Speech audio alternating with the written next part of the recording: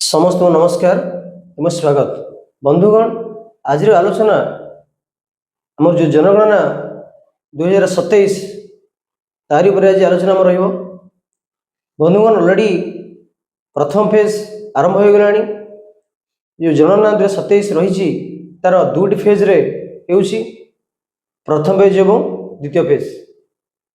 चलते में जानिबा ये जनगणना कौन, 2027 जनगणना फैक्टसीट कौन रही, कहा पर यह गुरुत्व देव।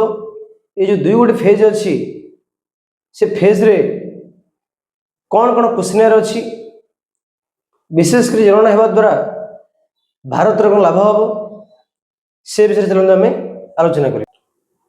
बंधुगण आप देखिपे ये हूँ लोगो ऑफ 2027 सेंसस रो, जार कि टैगलाइन गुरुत्वपूर्ण लाइन कहीपर जनगणना से जन कल्याण। किपरि भाव में जनगणना द्वारा जनसाधारण वेलफेयर हो पारुछि, जनमंगल हो पारुछि। यही 2027 जनगणना यह हूँ मुख्य टैगलाइन। चलन देखिबा ये जनगणना कौन, यार पृष्ठभूमि विषय रे एवं यार उद्देश्य कौन, कहीं जनगणना होता है, चल आलोचना करिबा। बंधुगण प्रथमे जानिबा ये सेंसस कौन, जनगणना कौन। Census is the official count for of every person living in the country. अर्थात देश रे जो जनसंख्या रहउछंदी से जनसंख्या केते, सेमानकर संख्या केते ताको जानिबा एवं ता सहित सेमानकर डिटेल इंफॉर्मेशन जानिबा। विभिन्न एक्सेप्ट को नहीं से जाति हो कि धर्म हो कि हाउसिंग, एजुकेशन, हेल्थ सब एक्सपेक्ट रु यह गुरुत्व देता है। प्रति भारत रे प्रति 10 वर्ष रे थरे होता है। भारत में देखिबा स्वाधीन भारत जदिव पराधीन भारत रे 1872 मसीह जन आरंभ होता, किंतु स्वाधीन भारत रे प्रथम थर पे 1951 मसीह जन आरंभ होता, जहाँकि जनगणना आईन 1948 पर्यवेसित थिला। एवं किए कंडक्ट करती ये जनगणना को कंडक्ट करती registrar general census commissioner, minister of home affair, government India. तो भारत सरकार ये जनगणना जो रजिस्ट्रार जनरल सेंसस कमिशन रहिले से डिपार्टमेंट यह कंडक्ट करें। जदि मेरा सिग्निफिकेंस देखा कहीं जनगणना होता है, बंधुगण ये जो डाटा कलेक्शन हुए जनगणना माध्यम रे, या विभिन्न प्रकार जनमंगल कार्यक्रम करने योजना करने सरकार को सहायता करता है। एवं आम जो निर्वाचन मंडली होता है तो निर्वाचन मंडली सीमा निर्धारण करा जाय थाए। जनसंख्या भितर संसद रे रिप्रेजेंटेटिव रही था। प्रत्येक निर्वाचन मंडली जो जनसंख्या आधार जो होता है तो सीमा जो निर्वाचन मंडली सीमा निर्धारण समय यह साहाय्य करता है। एवं आलोकेटिंग रिसोर्सेस एवं स्टेट रो फंड देवारे यह सहायक होता है। एवं सरकार विभिन्न पॉलिसीज को तैयारी करने सहायक होता है।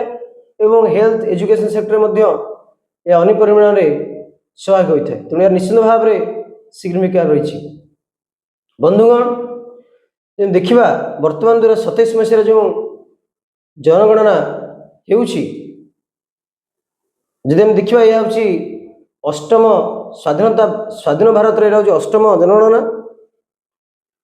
ये जो वर्ल्ड रो लार्जेस्ट पॉपुलेशन सेंसस के कारण विश्वर जनसंख्या रे भारत हेले नंबर 1 रे अछि। तेणु कहीपर लार्जेस्ट पॉपुलेशन सेंसस, जोटा कि 30 लाख इनोमिनेटर्स जन अधिकारी कार्य करुछंदी एवं 6.39 लाख एडमिनिस्ट्रेटिव यूनिट अच्छी। सेंटर टंका अप्रूव कर 11,718 करोड़ रुपीस। तो गुरुत्वपूर्ण कथा हूँ प्रथम थर भारत में ଏପରି ଡିଜିଟାଲି ସେନ୍ସସ୍ ହେଉଛି ଯାହାକି ମୋବାଇଲ ଆପ୍ଲିକେସନ ମାଧ୍ୟମରେ ହେବ and using Android and iOS platform accuracy ଏବଂ ଏଫିସିଏନ୍ସି ପାଇଁ ବ୍ୟବହାର କରାଯାଉଛି ଏବଂ ଯାହାକି 16ଟି ଲାଙ୍ଗୁଏଜକୁ ସପୋର୍ଟ କରିବ ଏବଂ ଏହା ମଧ୍ୟ ୱିଦାଉଟ୍ ଇଣ୍ଟରନେଟ୍ କନେକ୍ଟିଭିଟିରେ ମଧ୍ୟ ଏହି ଆପ୍ କାର୍ଯ୍ୟକାରୀ କରିବ କାରଣ ଅନ୍ୟ ରୁରାଲ ବେସ୍ଡ ଏରିଆରେ ଇଣ୍ଟରନେଟ୍ ଯେଉଁଠି ନଥିବ ସେଠି ମଧ୍ୟ ଏ କାମ କରିପାରିବ ଏବଂ ଜନସାଧାରଣଙ୍କୁ ମଧ୍ୟ ଏକ ଆଡଭାନ୍ସ ସେଲ୍ଫ ଇଲୁମିନେଟର ଗୋଟେ ଫ୍ୟାସିଲିଟି ଦିଆଯାଇଛି ଯିଏକି ଜନସାଧାରଣ ନିଜେ ନିଜ ଫୋନରେ ନିଜ ସେଲ୍ଫ ଇଲୁମିନେଟ କରିପାରିବେ। ଏଇ ଯେଉଁ 15 ଦିନ ପରେ ଅର୍ଥାତ୍ ଲାଷ୍ଟ ଡେଟ୍ 15 ତାରିଖ ଯାଏଁ ଅଛି ଏଇ ଯେଉଁ ସେଲ୍ଫ ଇଲୁମିନେସନର। ତେଣୁ 15 ଦିନ ପରେ ଯେଉଁ ସେନ୍ସସ୍ ଅଧିକାରୀ ଆସିବେ ସେମାନେ ଏହାକୁ ପୁନର୍ବାର ରିଭ୍ୟୁ କରିବେ ଯାହାକି ଆମେ ଆରମ୍ଭରୁ କହିଛେ ଏହା 2ଟି ପର୍ଯ୍ୟାୟରେ ହେବ। ପ୍ରଥମ ପର୍ଯ୍ୟାୟ ଏପ୍ରିଲ ସେପ୍ଟେମ୍ବର 26, 2026 ଏବଂ ଦ୍ୱିତୀୟ ପର୍ଯ୍ୟାୟ ଏକ୍ସପେକ୍ଟ କରାଯାଉଛି ଫେବୃଆରୀ 2027 ମସିହାରେ। ଯଦି ଆମେ ଫେଜ୍ 1 ବିଷୟରେ ଆଲୋଚନା କରିବା ବନ୍ଧୁଗଣ ଯାହା ଆମେ କହିଲେ ଫେଜ୍ 1 ପିରିୟଡ଼ ରହିଛି 1 ଏପ୍ରିଲ ଟୁ 30 ସେପ୍ଟେମ୍ବର 2026 ଯାହାର ନାଁ ଅଛି housing listing and housing census. Household ବିଷୟରେ ଏବଂ ଇନଫ୍ରାଷ୍ଟ୍ରକ୍ଚର ବିଷୟରେ ଏହା ଗଣନା କରାଯିବ। ଯେ ଫୋକସିଂ ଏରିଆ ରହିଛି housing and household details. 33 କୋଟି ପ୍ରଶ୍ନ ରହିଛି ପଚାରିବା ପାଇଁ ବିଶେଷ କରି relating to building identification housing materials floor wall roof ownership status number of residents water and sanitation facilities cooking fuel married couples and access to digital and transport access like internet smartphone vehicles and appliance आर उपरे 33 कोटी प्रश्न रहिबो एवं ता समे जे कहले self enumeration मत सुविधा अछि।